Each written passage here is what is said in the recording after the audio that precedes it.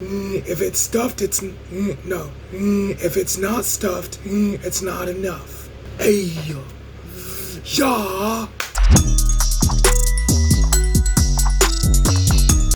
yeah, yeah. That's how we get into the mood. That's how we get into the vibe, right? She said right.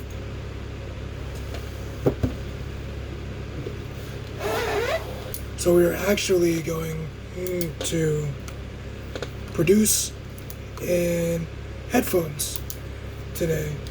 I live in an apartment building, and sometimes I'll be feeling like my neighbors are annoyed with my music because I'm constantly playing or making music like every day. And also because they said they're annoyed with my music. I think I'm funnier than I actually am. Okay.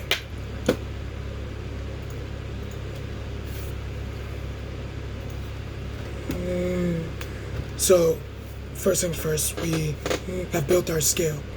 So, that was step one. Music Theory 101, coming in hot, right quick. Coming in now, coming in quickly, right quickly now. I'm gonna learn something that I'm gonna teach you. All jokes aside, no, for real though.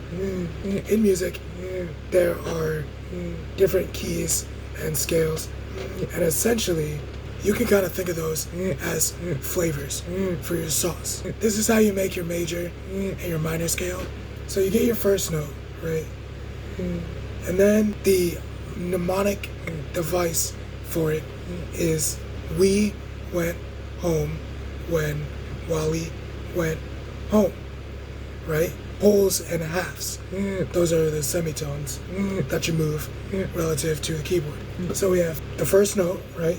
And then from there you say we, which is a whole step up, not a half, a whole step up. A whole step is when you skip a note, and a half step is when you don't. So we have the first note, and then we skip that note right there, and then we went. So we skip this note and go, because it's whole. And now the next one is home. Whole, half. And like I said before, half step is when you don't skip a note. So you just go to the next note, place your marker there. When Wally went home. And that is your major scale. The other one is we have what we have, we won. Or we have what we fuck it, you got it the first time. So this is a E major, and now this one is an E minor. So we have what we have, we won. Right there. So I want to make sure I'm right because I did that really quick. Yeah.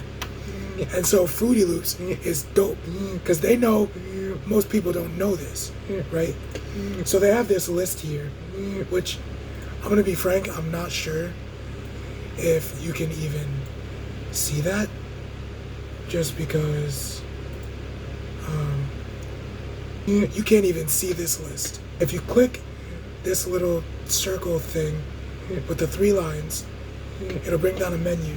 It's got your scales, and it's got your scales, and your scales. Oh, and it's got chords too. And that's like basic. So there's that. I start with my 808 because I love like a good groovy bass line. Get a nice good 808.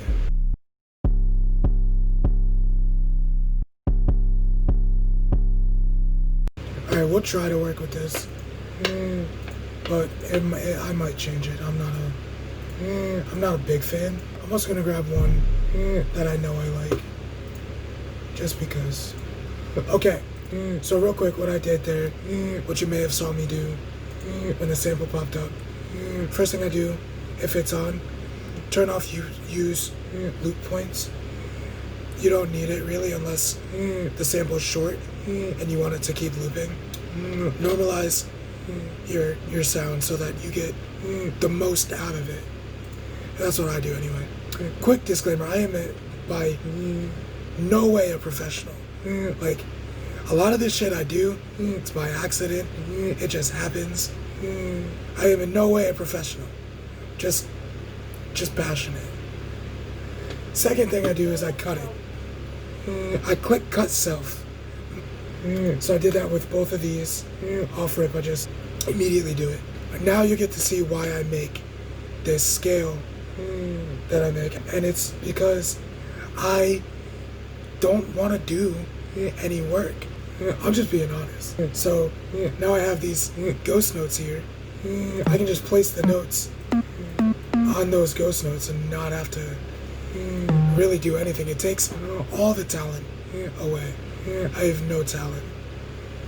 Like if I wasn't working on this computer, man, I'm gonna be a nobody. So real quick, I'm gonna make a nice progression. This may take me a while, so we'll see.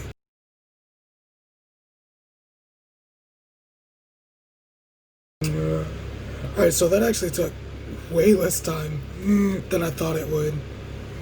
I just kind of fucked around and did it in like 1 or 2 shots. So this is the basic pattern we have.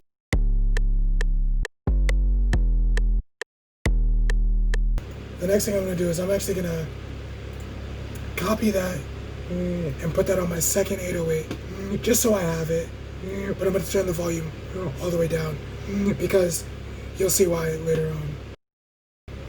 But yeah, so we got our 808. Now we're going to go in here.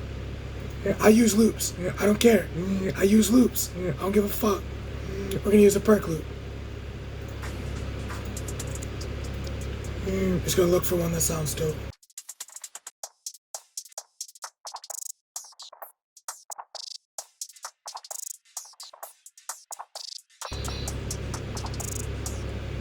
Oh yeah, that's the one. Just want to line it up.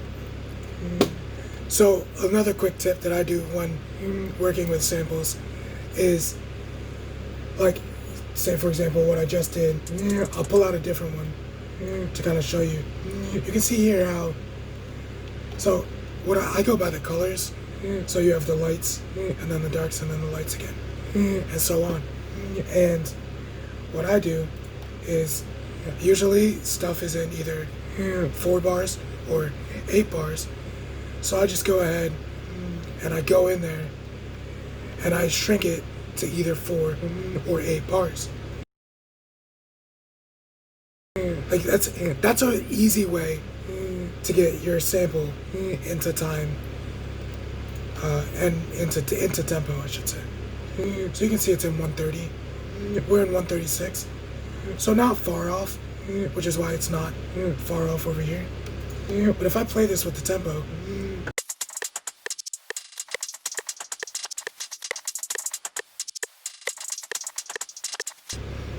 it's not on. But now, if I just move it a little bit and then play it again,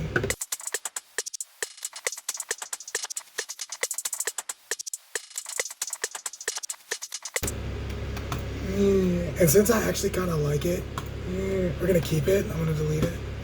So now we have...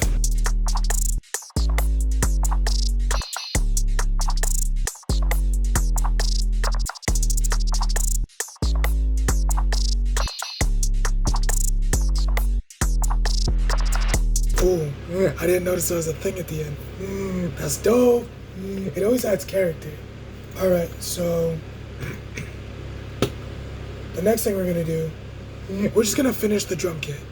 So, I'm going to finish the drum kit, and yeah.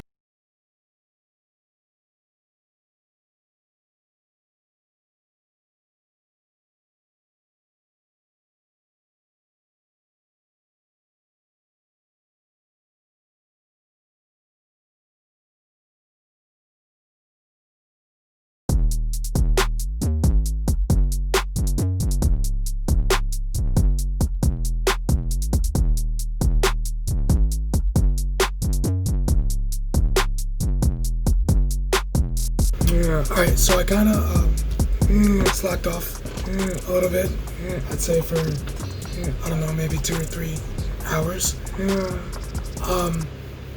But I get working occasionally, just trying to add some stuff.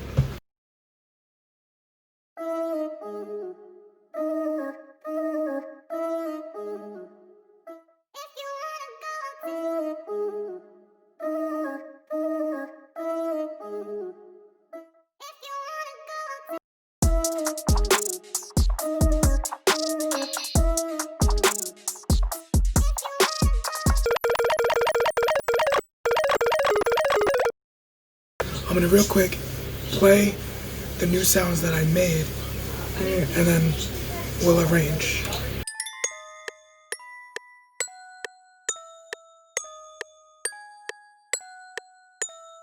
Also, I forgot to mention that the beat will probably be up on SoundCloud or something.